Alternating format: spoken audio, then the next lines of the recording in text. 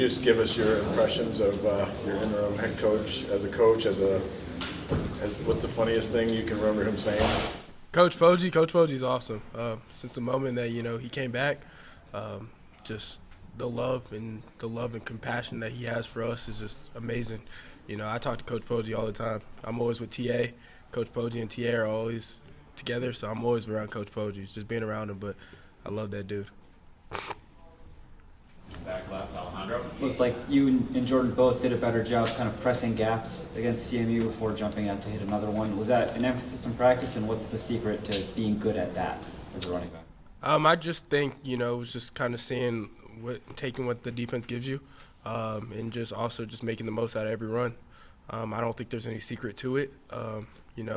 It takes a lot for a run to be good, starting with the play call always to starting at the O-line. So I think it's just us just being us.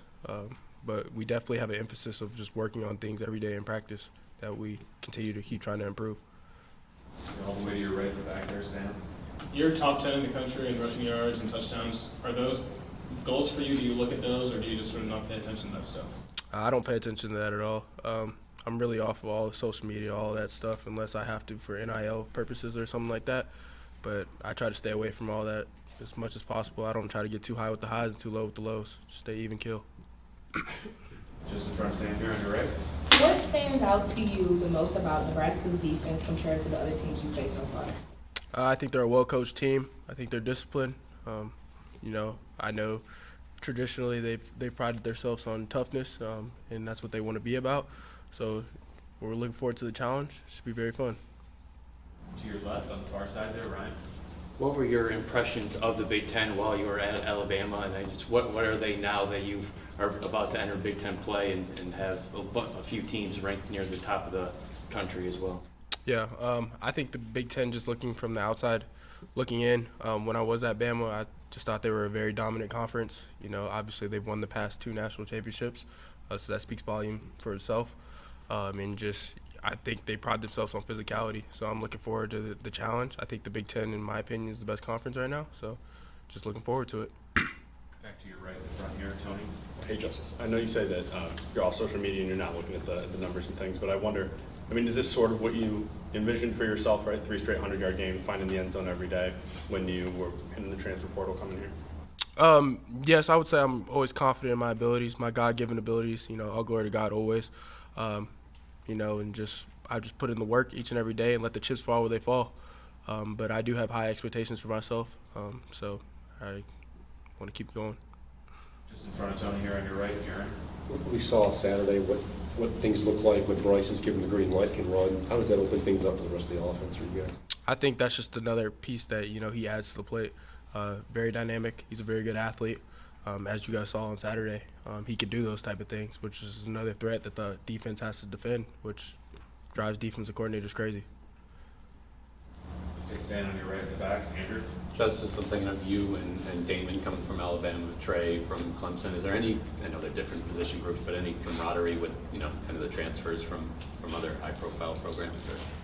I think, just coming in, transfer, just like when you come in with your freshman class, the class that, we're the 2025 class that we came in all together. I think that brings a sense of brotherhood in a sense already.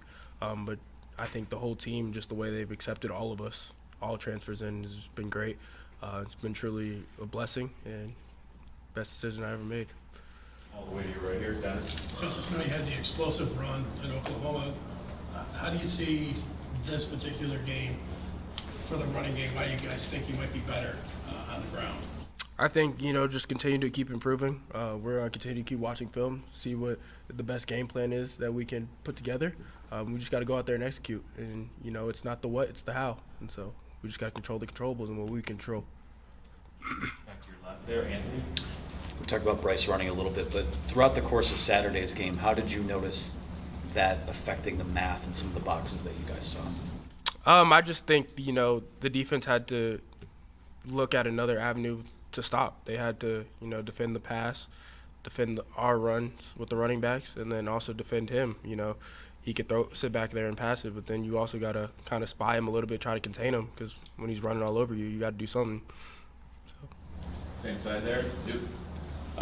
Biff was saying that he was feeling a little bit of anxiety before Saturday's game. Did you get that sense leading up to it, and was there a point in the game where you felt like you started to settle in? I didn't get that sense. I didn't at all. He was cool, calm, and collective, and just had us ready for battle. And what was the toughest environment you played in the SEC, and what have you heard about Nebraska's environment?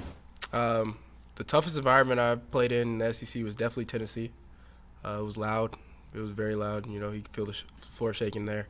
A very electric stadium. But Nebraska, I heard their stadium's awesome. I heard their environment's electric. I heard it's going to be a great atmosphere, so I'm looking forward to it. In the back, on your left, Alejandro. We've heard coaches talk about Jasper Parker and what he's shown. Obviously, we got a chance to see it a bit in the game, but what's your scouting report on him? What does he do well? Love Jasper. I love Jasper. That's like my little brother. But Jasper, since he got here in the summer to now, the amount of progress that he continues to make, he's going to be a really good player, like a really, really good player. He works hard. He always wants to learn. Very knowledgeable kid, and he just loves the game. And that's all you can ask for. And he is going to be a really good player, like I said earlier. And we'll go back to your right, towards the back, Angelique. Justice, after the game, Jordan said you were the one who talked to someone about making sure he scored the next touchdown after he got called back. Who do you have that conversation with, and why did you do that? Yeah, so, we were up pretty big when he got in. Coach Alford was talking to us. He was like, I don't know how much longer you guys are going to be in the game, quite frankly. And he was sending me out there to go in, and we were close to the goal line. I knew we were probably going to score on this play. And I said, nah, let Jordan get it. That's my brother. I want to see him succeed more than me. One win, we all win. And so just to see him get his first touchdown, we had talked about it earlier in the week, like he going to get his first touchdown this week, and then to see it get called back, that was, you never want to see that. But I was glad to see him get in the end zone twice.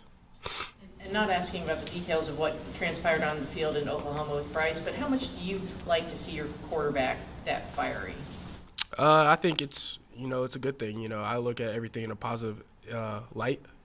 Just two players that were very competitive and want to win a game and want to help the team win any way we possibly can. And we're going to continue to do that each and every week. All right, we'll finish up with questions for Justice here on the right. Zach? We've seen Samaj, especially come into his own with a lot of those screen and sweep passes, getting 8 to 12-yard gains. What do you see from him in practice that allows him to really get into his own with that? Maj, Dub, he's great. Just the way he practices, his practice habits lead to games. He practices hard. He brings the energy each and every day. I tell him all the time, Maj is little, but he gets me fired up. He run like he's 6'3", 250 sometimes, and I love that. I love that about Maj. Maj is great. We'll finish up with Andrew Kahn. Justice, I've heard some running backs say the more carries they get, the more rhythm they get in, but then there's the idea of staying fresh and splitting some carries. Where do you fall in that? I think it's a fine balance, but I would say as the games going on further in this, that, and the third, I pick up on little tendencies that the defense is doing in the game that I can see that helps me be able to, make different reads, stuff like that, and kind of get more of a pre-snap read and a post-snap read when the ball is snapped. So I would say, I'm all for being fresh. I love that. I love being fresh, but I also like, getting in a rhythm and getting going.